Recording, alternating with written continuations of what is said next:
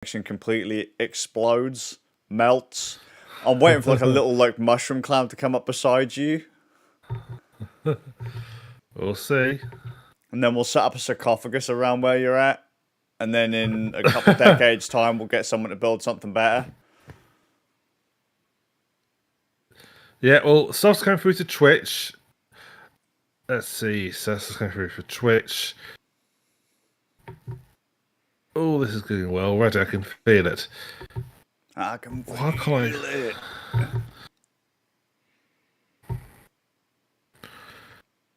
This wouldn't normally take so long. What's going on? I've got stuff coming through for Twitch. I'm not got anything coming through to YouTube. Oh, bollocks to YouTube. No one cares about YouTube. No one really cares about the video at all anyway. They just care about our opinions in audio form. No one wants to look at it. That's so true. Oh my god, look at those grim bastards sharing their opinions. Can those old men just get off the internet?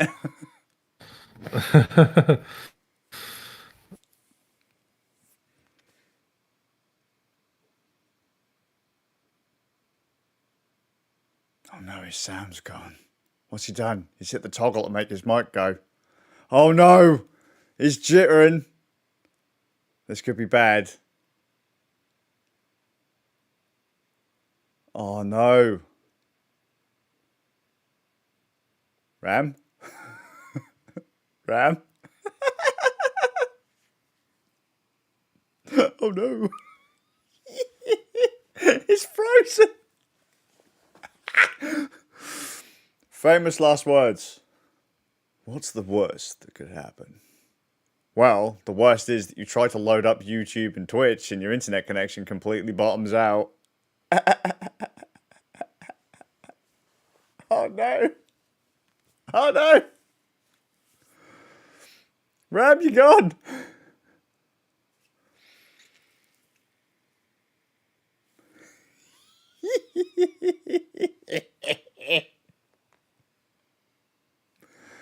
Oh dear. Okay. Let's see. Can we do anything to get Ram back? I'm gonna have to set up the be right back. Boop.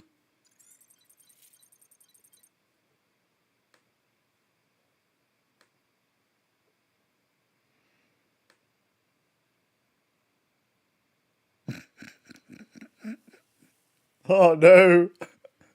I think this might have to go audio only. He's not answering the call. Close that tab. Oh, he's back. He's back. Oh my word. What did you do? I refreshed YouTube. You fool. Right, let me bring back the Rand Nerds thing. Are you still recording? Apparently so, yes. Right, okay, so everything's still good. Everything's still good. Right, we can salvage this. I'm going to get off of the YouTube page, get off of the Twitch page. The chat can... because your connection's starting to spaz. Hang on. Get off the pages. The chat can suck my nuggies. What's going on? I can tell you what's going on. It's called low bandwidth. Yeah, I'm trying. Oh my word! No, get off! Stop it! I don't. Yeah, okay. Discord, stop talking to me. Stop talking to me. Stop talking to me. Okay, Discord. Oh, Discord's now messing me around. Okay, Discord is sorted. Right. Right. Get off the internet. Get off the browsers. You're good. I have breathe. I've got right, I've got. Right, I'm just gonna close down. Quit. Firefox is now quit. Chrome is now quit. So everything running, I'm quitting everything apart from Audacity and Discord.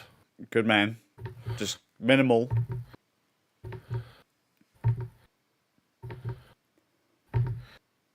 Okay. The only thing I've got running now is Audacity and Discord. Yeah, that'll do. Just don't stop pushing it. Okay, still set. Okay. I so hope this comes out all right. I mean, I would say if it's that big of a deal, you could always turn off your camera, and I could just have my fat, ugly face on what's it called, just so you can save the extra bandwidth. That's a very good shout. That's exactly what I'll do. I'll turn off my camera. There you go. Okay. Whee! Hey. So yes. So, yeah, I think you're gonna have great fun syncing that audio. Oh, fuck me. All right. But that's a you problem, not a me problem. So Yeah, so no one gives a shit because it's not a them problem. It's a me. It's fine. It's fine. It's not the first time I've heard that this week. It's like, look, mate, I don't give a fuck. You can sort this out. It's like, okay, cool. All right, we got this. It's fine. all right. Now I did look. I think we're on episode 185. You think we're on 185? Yes, well I looked, but I can't remember. So, can anyone on the Suffolkgram? Skazzius? Welcome to what I think is episode 185, but I'm not sure. So, Well, then neither of us are sure. It'll be picked up at some point later on. So here we are with massive technical things. I apologise in advance for if my audio is absolutely terrible. It's because I am literally everything's on the cusp of exploding at the moment. It is. You got Magnus supported Blue Massey mics running through a 4G personal hotspot connection, and it's everything. Assuming Skazz has cut out the first bit now, everything just went bang. Let's put it this way. Ram was so dedicated that on a 4G internet connection, he decided he was going to load up a 1080p video stream from Twitch and then YouTube. He hit refresh and then boom. Everything went away. It all went horribly wrong. That's what you get for saying, what's the worst that could happen? Yeah, well, I wanted to know if we were coming through to YouTube or not, so I thought I'd refresh it because it didn't appear to be coming through. So I thought I'd refresh it, and that was a mistake. So You've barely got the bandwidth to run a web camera at this point, so let's not push things any harder than we have to. Because I'm gonna lay it on you, Ram, right now.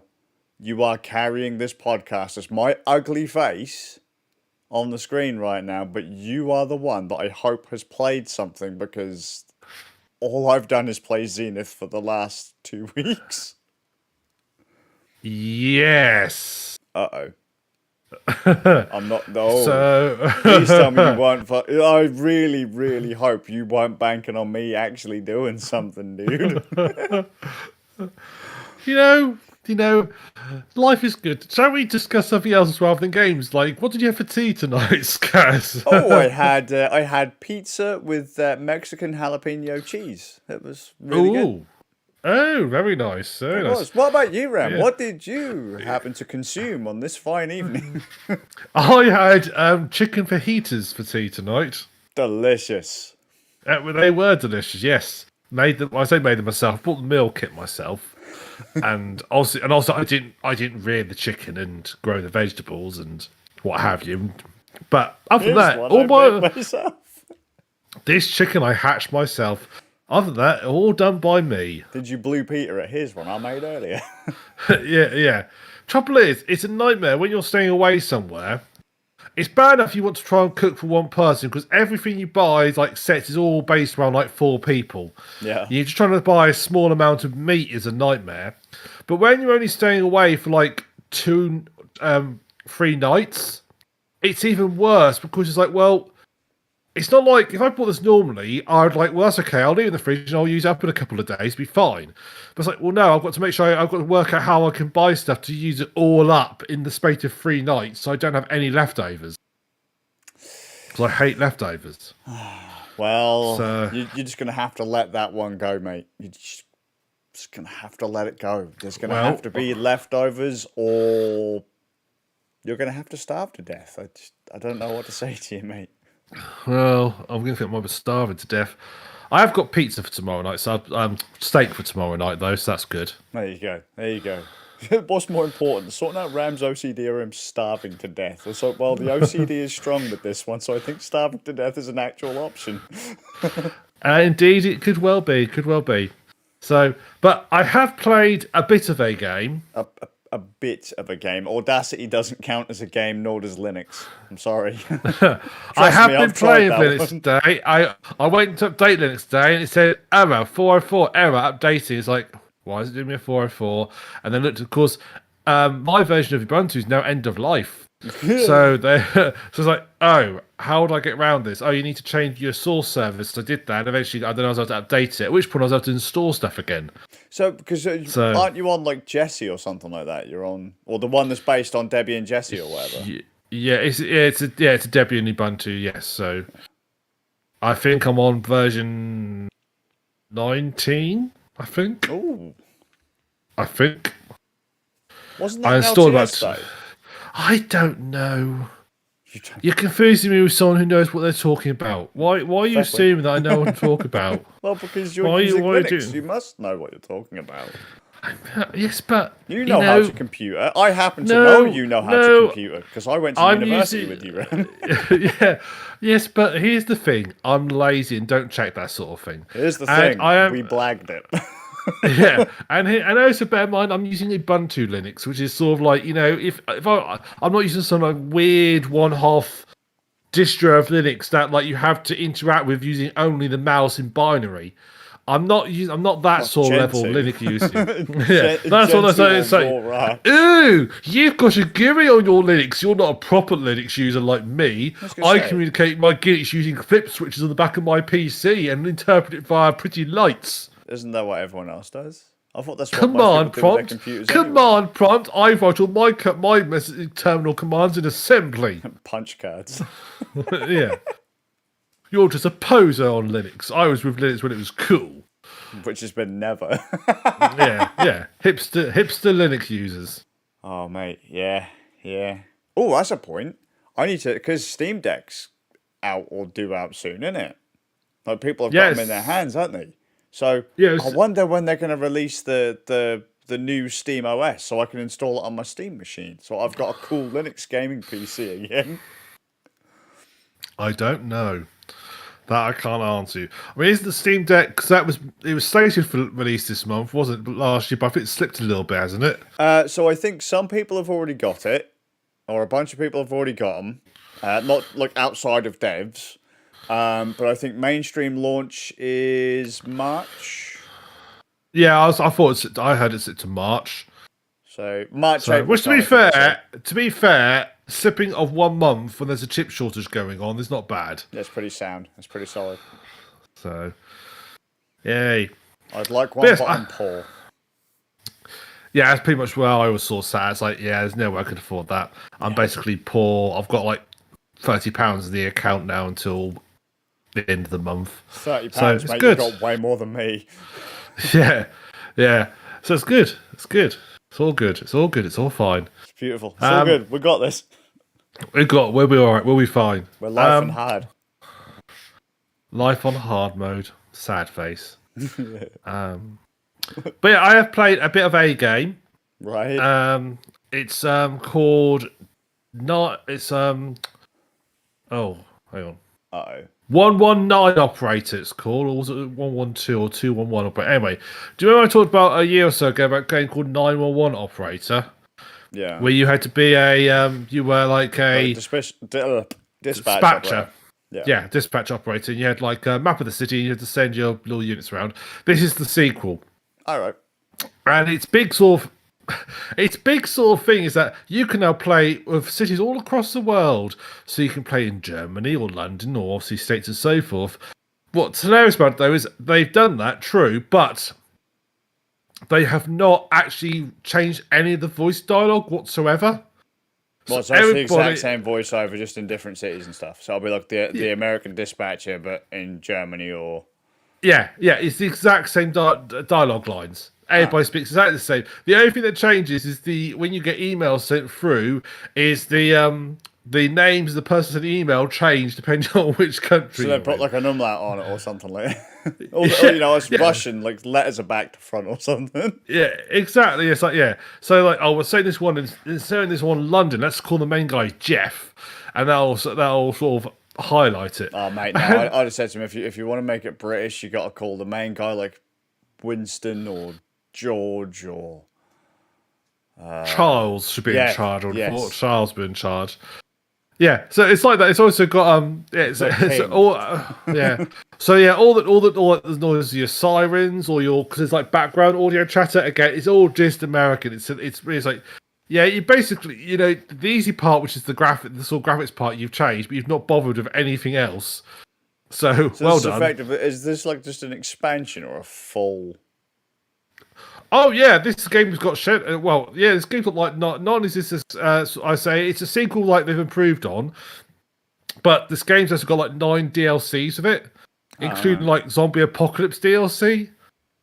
Sounds normal for a dispatch center. Exactly, it's very weird. But the basic premise is you have a map of a city, and you will basically start a duty, as they call it.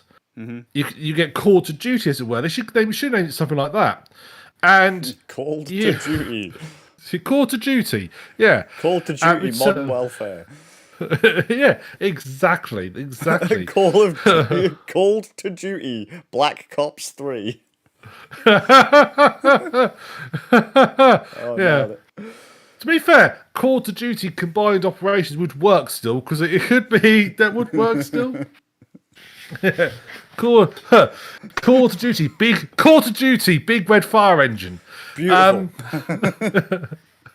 So you're called to duty, and basically when you start that, you have a map of the city, and you have like units. The units will be split into 3 main types. You've got fire, ambulance, and police. Yep. And whilst you look at the city and you start basically you get into like a timed mode, which lasts about I think it lasts about 10 minutes. I've actually timed it, but it lasts about 10 minutes. I think it feels like about 10 minutes. And during that time, incidents will pop up on the city, and you have to basically direct a unit to it and the right type of unit. So you can't send an ambulance to just deal with a police situation, and you can't send a policeman to go try and put a fire out. It ain't going to work. Why not? Well, because they don't have the right equipment. Always blaming things on their tools. Right, bear in mind this is the American police, which means they were sent to a fire, they probably try and shoot the fire. I figured you'd say that. I knew you'd fucking say that. Because I just got this vision of these American cops just jumping out of their car, pulling out their guns and just starting firing at this Stop burning the building down! Stop burning the building down! No, they wouldn't give a warning. You're right. they get down there, on the building ground and put your embers behind your. No.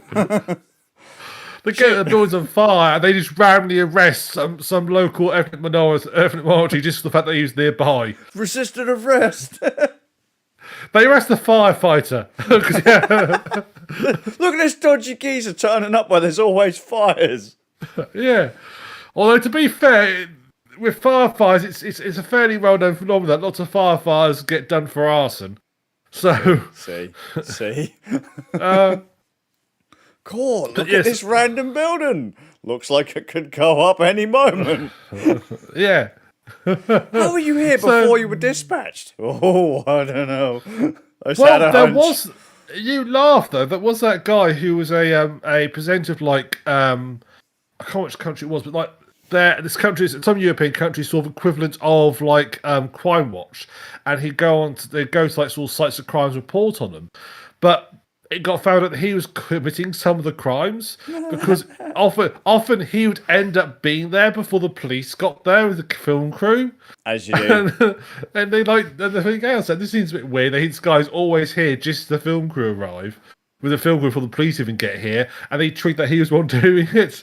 So he ended up getting caught out for it. Clearly not the smartest. The sharpest spoon, knife, fork. Indeed not.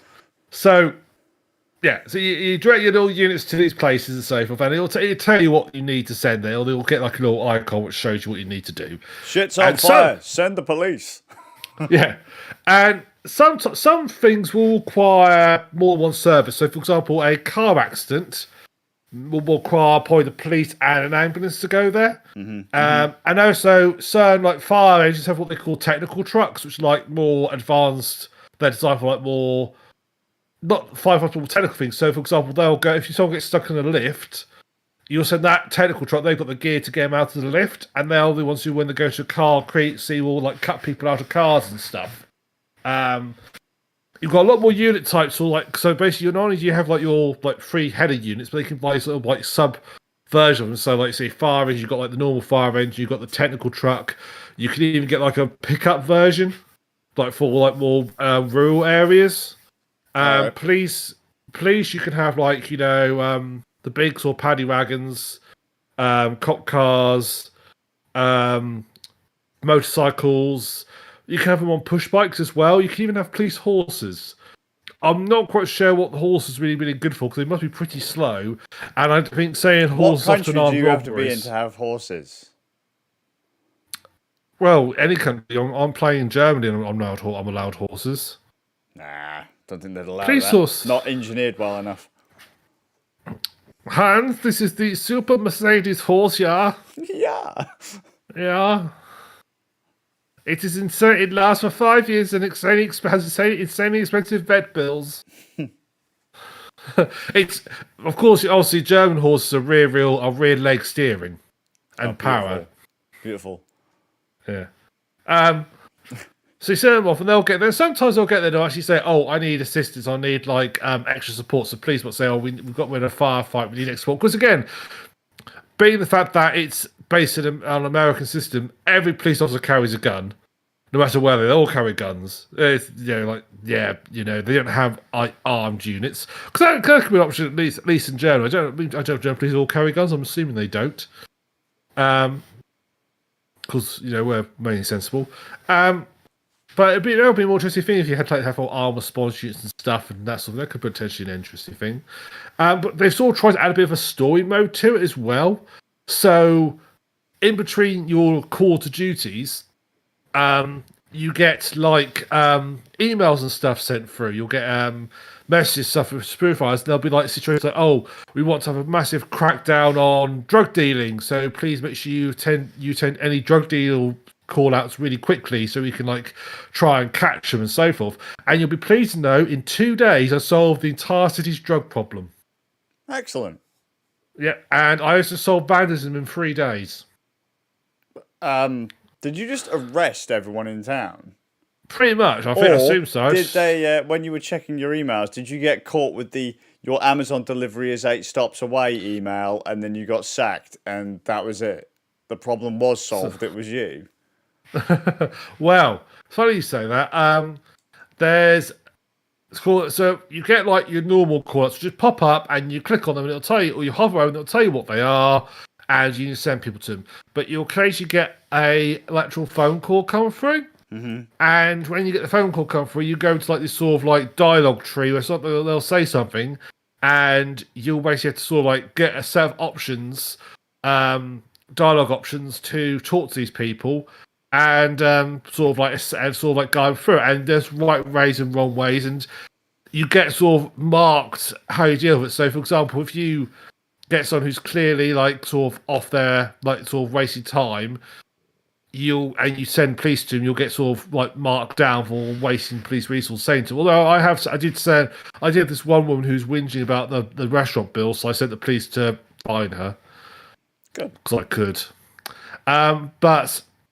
You also get options like there's like first aid sort of ones, like you got to guide people for first aid. Although some of the options are a bit limiting. So guy rings up, he's fallen out of a tree. I was like, okay, well, you get his address. I was like, right. And the options I got is stand up, try to move, or this isn't an emergency. I'm like, hang on a second. Hang on a second. Stand up, definitely a no-no. Try to move, that's a no-no as well in my book. Before you're on your back, falling from a tree, I wouldn't try and move at all. I'd wait for an ambulance to get there. So I was like, okay. So then I told him to try to move. He said, oh no, I can't. So right, I'm saying. Then I got the option to say, I'm sending an ambulance to you. Don't know if that's a bug. Don't know if that's a little thing where it didn't give me the right option because it seemed weird to not. Because most time it's usually pretty good at giving the right options. This is not an emergency.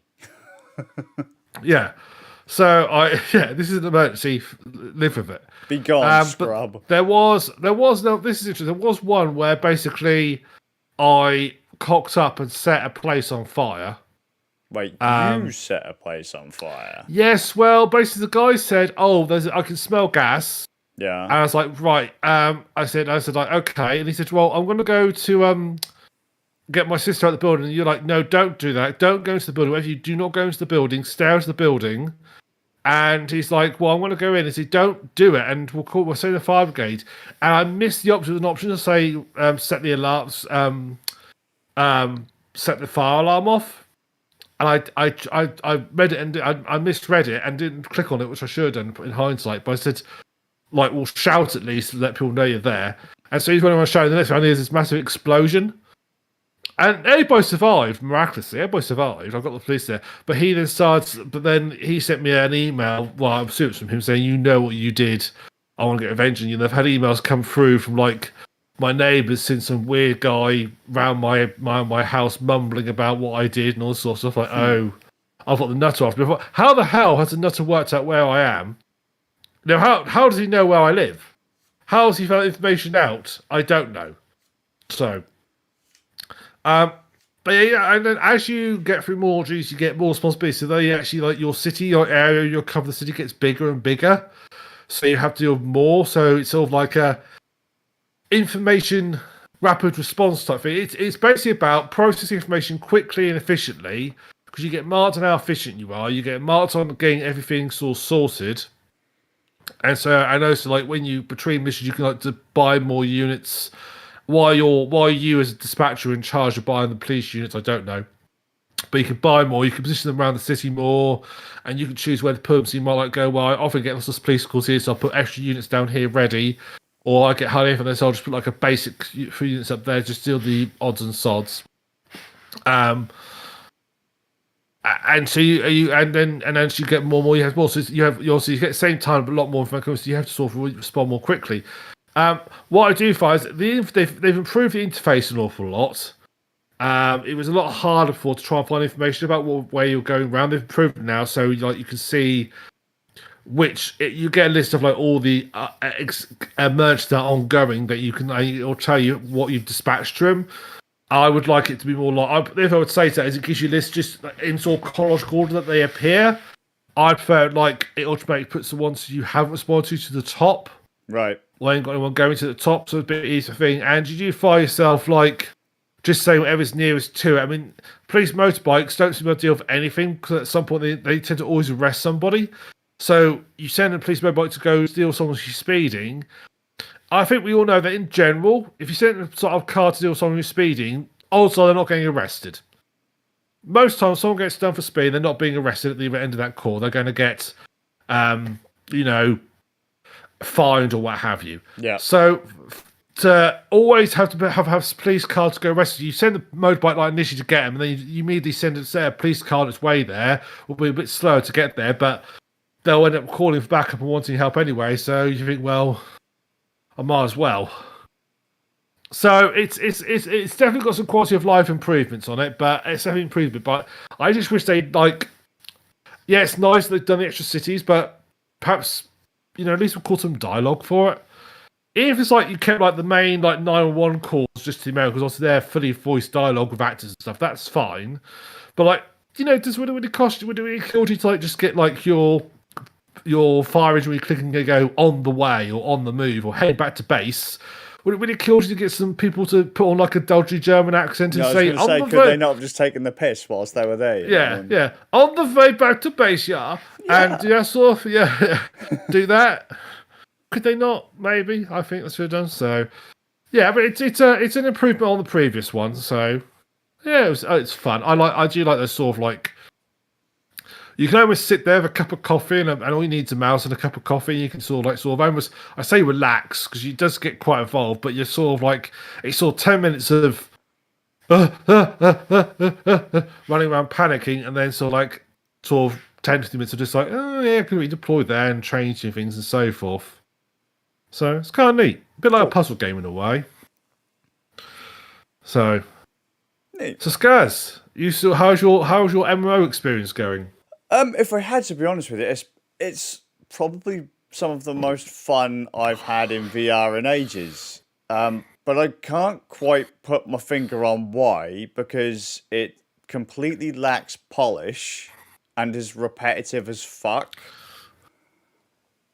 So I mean, like most MMOs, then. Well, more so because Zenith, it's not advertised anywhere other than on Steam, but it's early access. So if you buy it on Oculus Quest or on the Oculus Store, I don't think there's any reference to it being early access or a beta or whatever. If you get it on PlayStation 4, or 5, I don't think it says anywhere that it's in early access or that it's not complete. But they are patching somewhat regularly. They're aiming to add in new classes and new NPCs. Item drops are being tweaked all the time. Servers have just been updated so that instead of having like 5 of one server in one region, now you just have like 1 or 2. So characters are account linked rather than server linked, and that has now been made completely clear. It doesn't even ask you now if you want to change which shard or server you go to. You just pick one when you log in and you just go in. But it's really, really, really, really, really, really rough around the edges. I mean, as I say, things are getting polished all the time. UI is getting polished and all that. And did I mention in the last episode how the sometimes like text won't fit in the user interface? Like you'll get like a dialogue box, and then the text will just kind of bleed off the end of the thing as though it's not actually scaled to fit. I don't recall you mentioning it. No, you might have done, but I don't recall you saying that. Right, well, that's the kind of jank that we've got in this game. Like certain things wouldn't render in properly, so like you'll change your armor, and all of a sudden your armor doesn't render in, and bits like that. They are constantly just kind of tweaking it to get it to do its groove. And many people have complained that it hasn't really changed a huge amount since like alpha beta. So it's now kind of had its official release, sarcastic air quotes, but it doesn't seem to be any further forward than back then. But given that they've chosen to release a VR MMO on Steam, Oculus Quest, and PlayStation 4, I would let them off with a bit of jank. They've decided to push it to as many people as they possibly can. In its current state, I would imagine to get the old funds in, get the funds up, so that they can then work more hardcore on content. And let's be fair, most VR games all have that sort of like sniffness of jank around them. Yes, well, because you got none of them are big studios, are they? Really?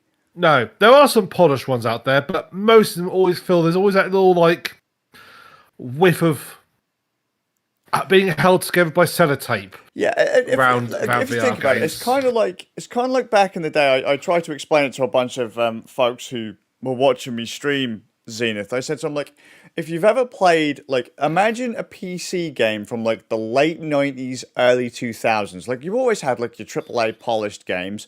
But like for some reason, I was thinking of like Alpha Protocol. Was that like one of the early first-person shooters or whatever? Like it was really kind of wobbly. So, story was terrible, and that like really really jank. Or just imagine like a B movie, but in like in a PC game or whatever. Like that's kind of where most VR games are now. We're like they're PC games from like 20 years ago. Yes, I'd agree with that. They completely lack polish. The formula is completely broken, but they're goofy but kind of fun all at the same time. Yeah. Yes, that's where VR very much is. And little things like, I mean, although it's now sort of, for the first few years of VR, no one really knew what like the standard control system was going to be. So they all did something different. No, early days of VR, everybody assumed you'd all be doing teleport movement. And actually, over the last few years, that's gradually phased out to walk around or the option of walking around movement, Thank rather than God. just being rather than being the default. Well, because for a long time they thought that people would actually just get terrible motion sickness from moving around, but then they realised actually people adapt fairly quickly, and it's all right. So that's why most early, if you look at an early VR game, they're nearly all teleport movement only. Yeah, like Robo Or they Recall like- and stuff like that. And I found it really difficult. Anything that only had tele movement, I really struggled to play. It Or they didn't did feel weird right things. to me. Or they do weird things like if you do move around, like they put like a filter around the edge of the screen because they think that'll somehow cure your Like a motion vignette. sickness. Yeah, and Zenith it's has really that.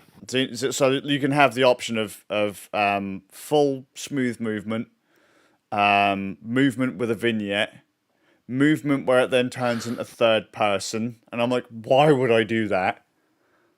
it's a bit backwards. Because it doesn't feel any better movement wise. And there was another one, and then obviously you've got like smooth turning, snap turning, turning with vignettes and all that kind of stuff, and like, oh, it's just it looks terrible. Yeah. Especially when some of these things stack. So like, oh yeah, apply a 50% vignette when you're moving, and then add another 50% when you're turning. It's like, oh my god, I'm looking through a tiny circle in the middle of the screen. Yeah. What How is going how the hell do I navigate with this? And how is this supposed to cure motion sickness? I mean, I find that kind of stuff to be more sickening than just standard movement. I find it disorientating because Killing Floor has that on by default unless you switch it off. Because when we play, I had to switch this off, and when you try and move around in Killing Floor with it on by default, it's impossible because you can't actually. Given that Killing Floor is a very dark game, you can't, and that makes it even harder to see anything. It's basically impossible to walk around. Yeah. So luckily you can switch that off, but there are some games that did have that as fixed and you couldn't do it off, and it's interesting to see how the style is developing and coming through and what people just accept as default now. Yeah. So It's also actually, I find kind of interesting how control schemes will change based on what platform you play some of these games on too. So like you could have the exact same control pad and be in the Oculus VR setup. And then when you go into Steam VR, some buttons just completely change even though you're using the exact same control pads. And it knows you're using the same control pads, but the button buttons have changed. That's interesting because my first thought is if it thinks like, oh, he's using this, he must be using a Vive, therefore I will remap it to the Vive controllers, but then they'll remap the Vive controls to the control pad differently to how we map the Rift controls to the control pad differently, and it's sort of filtering through incorrectly, but they know what VR headset you're using. Yeah. Because it's quite important. Now I've dabbled with VR gaming programming for VR. It's very important you know what headset someone's using because little things like how they're calibrated to move around is different from different brands. There's no standardized way of like, here is the center point where you are. There's no standard. So everybody does it slightly differently. So you have to know, otherwise the game is unplayable. Yeah. That's kind of why when you do full body tracking with an Oculus headset, you actually have to run a separate application to tie your play space mesh that's made by Oculus with the mesh that's made by Steam VR for the IR trackers, because you need IR trackers like Steam VR trackers, like the Vive ones or the index trackers. You need those to then be able to track the body trackers. You've got like the leg and foot trackers. So you have to then have the mesh that tracks those and the mesh that track your headset tied together with another piece of software. Yeah. Otherwise, it just doesn't function. Yeah.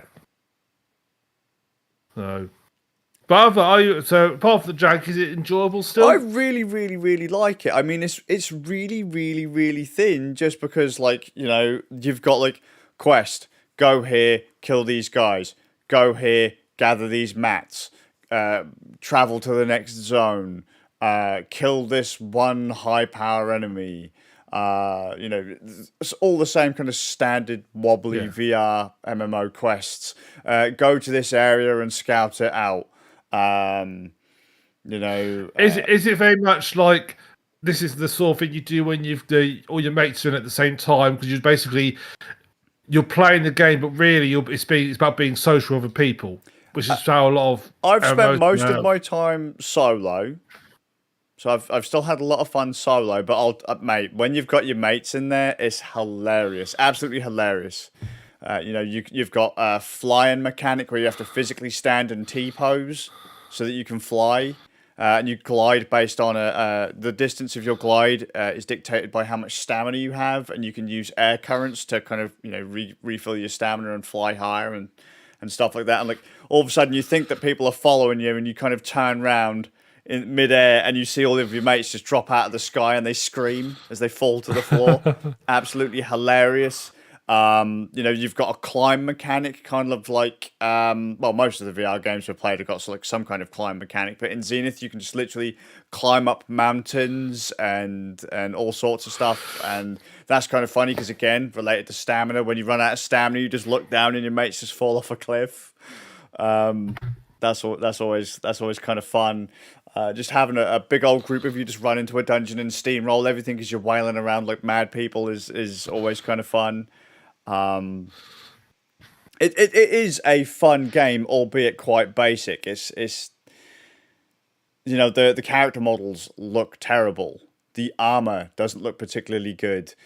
Character models are recycled already. There's an NPC called Shin, and his character model is the exact same character model they use for, I think the area is called like the Obsidian Fortress. They use his character model for the enemies called the cultists. So you just fight like 30 or 40 Shins. But the trouble is, like, Shin is standing there as a quest giver, and then maybe 20 foot away, you go out of the kind of the city hub, the fortress, 30, 40 feet away, you just go down this corridor, and all of a sudden there's like a ton of Shins ready to fight you, and you're like, okay. How did I piss you off, dude? What did I do? Yeah, I thought that, because when I first saw him, I was like, oh shit, what's he come after me for? Has he come to help me or something? And all of a sudden these guys just start wailing on me, and I'm like, oh shit, no, they're NPCs. So I had to start, I had to fight him. There's other little things, like you can gather items in the game to like level up other stats. You can cook and stuff in the game. They haven't got like a bank or anything yet. They've only just started adding in shops that you can sell materials at. Like you can, if you go to like the main city, Zenith, the last city, you can see like where all these places are, where all these shops are going to be, because like the signage is still above like the shops. So like you'll have like a sword and shield for like the armorer or whatever. But there's no merchant there. It's just like the shutters are down on the stall. There's like a place that looks like it could be a bakery, but again, the shutters are down. And I guess as they add in the NPCs, they'll open those up as they develop them. They are adding in more NPCs. They are adding in more quest givers and stuff like that around the map. They're tweaking spawn rates for events, because in like Final Fantasy 14 and Guild Wars and stuff like that, you have literally area events that will happen like every, say, 15 minutes or whatever. So instead of you actually going to a quest giver, you can walk into a zone where these enemies are like attacking a farm or whatever. That kind of thing will happen. You can just run in and engage and gather mats and stuff like that. They're changing spawn rates for those and all that kind of stuff. They're changing, as I say, changing UI all the time. So the way that you manage your character gear and classes is just all being tweaked. So they're doing a lot to it. Just it still feels very rough around the edges and very raw. I mean, you can clip through the floor. Enemies don't path very well. They'll teleport all the time. So if one of them charges you and they end up somewhere where they're not supposed to be, they just kind of telly back to where they were before they did the move, which can be really disorientating if you're a sword user like I am, because all of a sudden the enemy you're about to swing for just teleports out of the way. I mean, to me, if you say if there's a small team, MMOs are one of the most challenging games to design and build. Yeah. And when you're a small team, it's generally considered suicide Yeah. as a developer to try and build an MMO as a small team. I don't know how small their team is, I don't but I think they're can't imagine it's. particularly big. I mean, there's enough jank in this game for it to not be a very big team. You know they are not a AAA team at all. But the Yeah. fact, like I've now played 2 VR MMOs since getting into VR in like what 2020 or thereabouts. Yeah, it would be 2020, yeah. I've played Orbus and Zenith, and Zenith it's the closest thing you're going to get to a proper MMO so far in VR. Orbus was absolutely disgusting. It was terrible. Combat felt awful. Navigation was awful. Like the cities looked pretty nice. They were fun to kind of walk around those, but outside of any of that, the game just felt horrible. Zenith, the world looks rather pretty, albeit like you can see like trees aren't stuck to the ground properly. You can clip through objects and enemies spawn in really random places. The climbing mechanic breaks some of the kind of pathing for enemies because you can just fly clean past enemies. Like if the quest isn't like kill these people, if it's just get to this point, grab this item, if the item doesn't require you to kill someone, you can just fly over an enemy. You can climb past enemies. They don't tend to aggro unless you're like right in their faces a lot of the time, or unless another enemy that has been aggroed runs past them. So you can just like, oh hey, the item's there, but the boss enemy's there. So what I'm going to do is I'm just going to climb up the side of this building and then hop down over the roof, like hop down from the roof, stand here, do the 5 seconds in the combat area thing, and then fucking leg it. And like the enemies might not even realize you're there. It's wobbly, but so fun. It's weird. It's a very difficult one to explain, just because when you tell people about how janky the game is, they go, "Oh, it must be terrible." But when you're actually playing it, it's really fun. Yeah. If it's you can forgive jank if it's fun. Yeah, it's neat. I mean, Zaber has come in. I've played the game with Zaber and my mate Divine. A few of my other mates have grabbed VR headsets to play it as well, and it's it's been a good laugh. It's repetitive. Don't get me wrong. It's really repetitive, but it's really fun all at the same time. So, I think that if you can get a group of people together, you'd have a whale of a time on it. In-game voice chat too, so you don't have to worry about running anything else, and that's cross-play voice chat. So if you're on the Quest or PC or on PlayStation 4, you can all talk on the same servers. You're all playing on the same servers with the same people. It's neat. It is really neat, and I'm really looking forward to where it's going to go. I want to see that. I'm going to keep playing as they polish up more and more and more. I mean, the last patch, the tweaks to the user interface alone were absolutely fantastic. It made it way more usable. It didn't seem like there was much to it, but like even just before, it would just have an icon on the screen. Now the icon was labeled. So it had the icon and then like, I don't know, tank, DPS, healer. I knew which one was which. The icon was kind of obvious, but it would actually tell me now.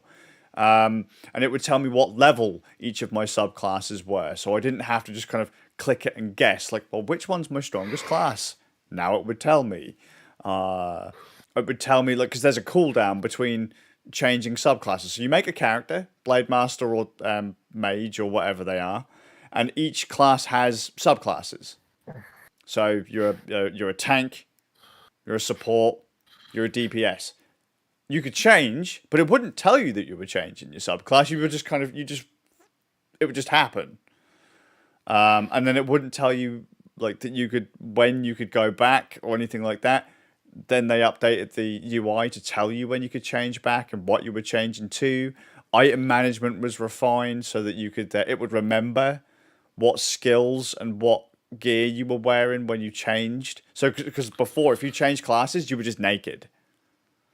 Now it remembers what you had equipped last time if you still have it in your inventory, so it just puts that back on and all that kind of stuff. They're working on it, and it's good.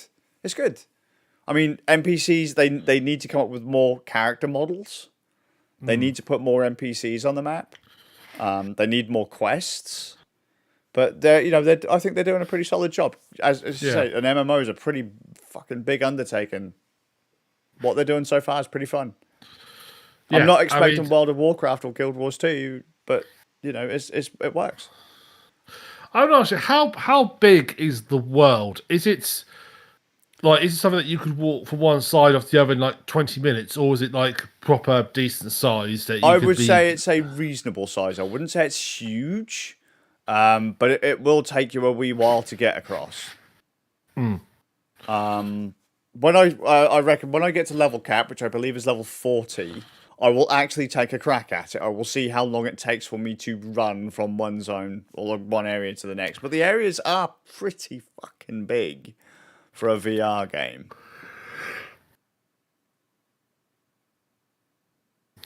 But presumably they are.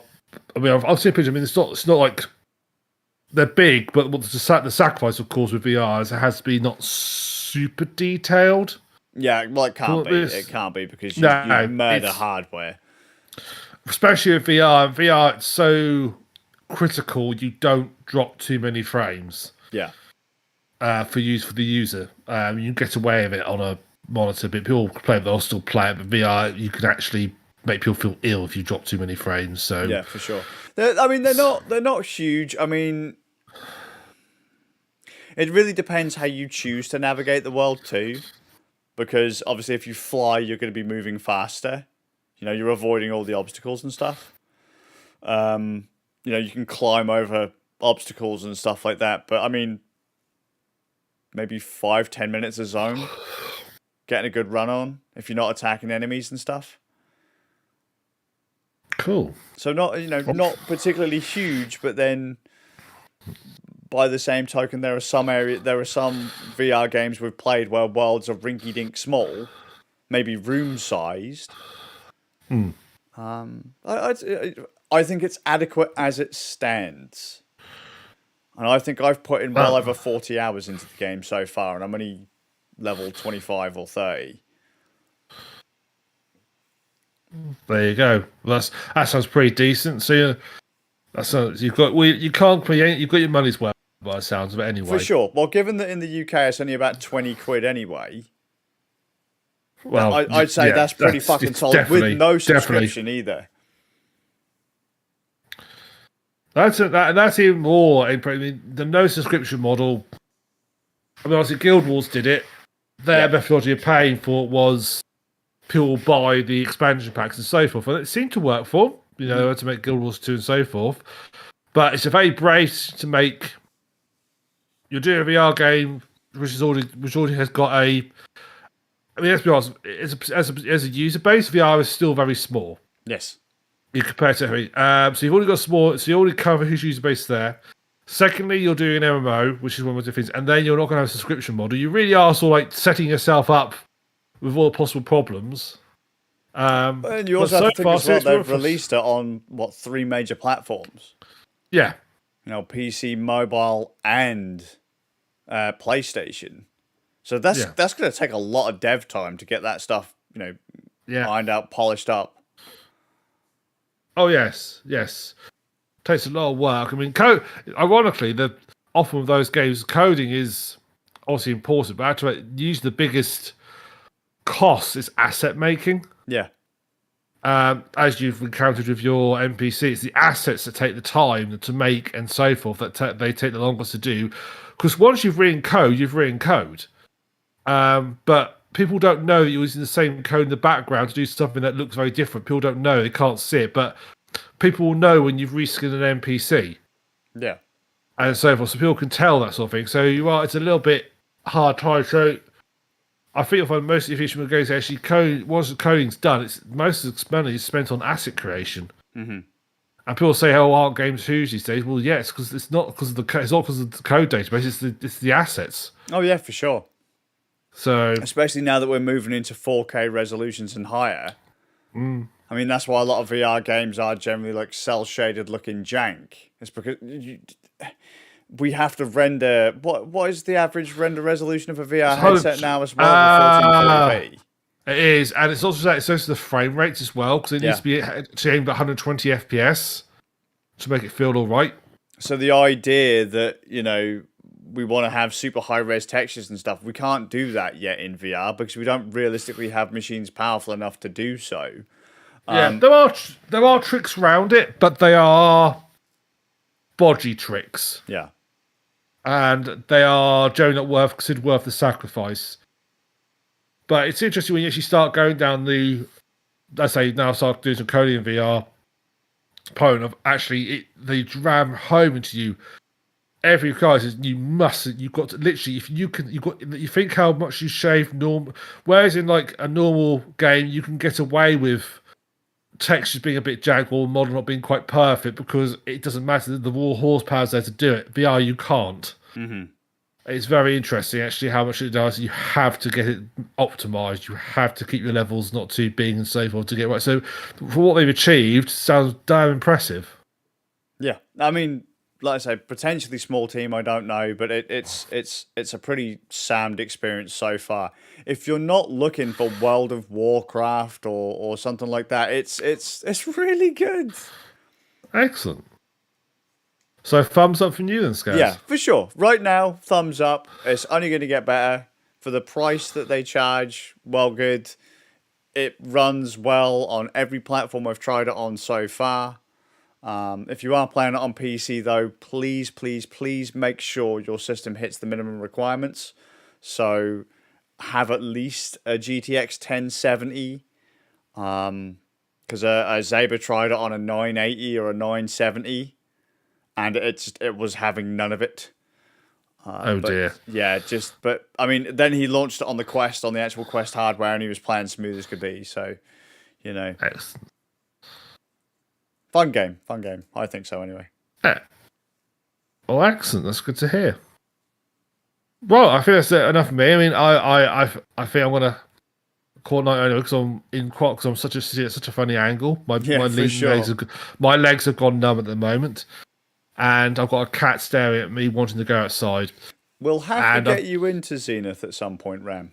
See what you think to it, because you'll be more critical because you don't really play MMOs. I reckon you'll probably find the combat to be a bit stale, but the exploration of the world to be quite fun. Is there a ranger class or equivalent of? Well, you can pew pew as the mage, because the mage is literally just using little guns. Oh, what magic class you use? Lead. Yeah, pretty much. Pretty much. Yeah. I hereby cast full auto. There you go, job done. Yeah. Oh, fair enough. Yeah, I will give it a go. I've just got to be a little bit. Money's a bit tight, so I've got to be a little bit cautious at the moment. So, but I'll give it a go. Understand. So, oh, and then thank you very much for watching, everybody. Apologies, as I said, for the audio in this one. If it's a bit shit and all that's gone on, it's unfortunately I'm in the sticks at the moment. So apologies for that in advance. You can join us in a fortnight on February the 26th, I think. Yes. For our episode 186, assuming I was correct about 185. If not, whatever I said. Either has been or will be one of the numbers that we may have mentioned. Exactly. So much watching. We'll look forward to seeing you then. You can also join us on our game site. Our next game site is on Tuesday at approximately 8:30. We are playing through Vermintide 2, and our threesome is working its way through the levels. Yeah. So, very much at that, and so I hope forward to seeing you guys all in a fortnight's time. So, for me, the Suffolk Graham. Oh, and you can watch me on Twitch, twitch.tv/Suffolk Graham. Twitch.tv/Skazzius, SK4ZZI0US. And so, for me, Suffolk Graham, we'll see you in a couple of weeks. Rockin'. Take it easy, guys. Bye.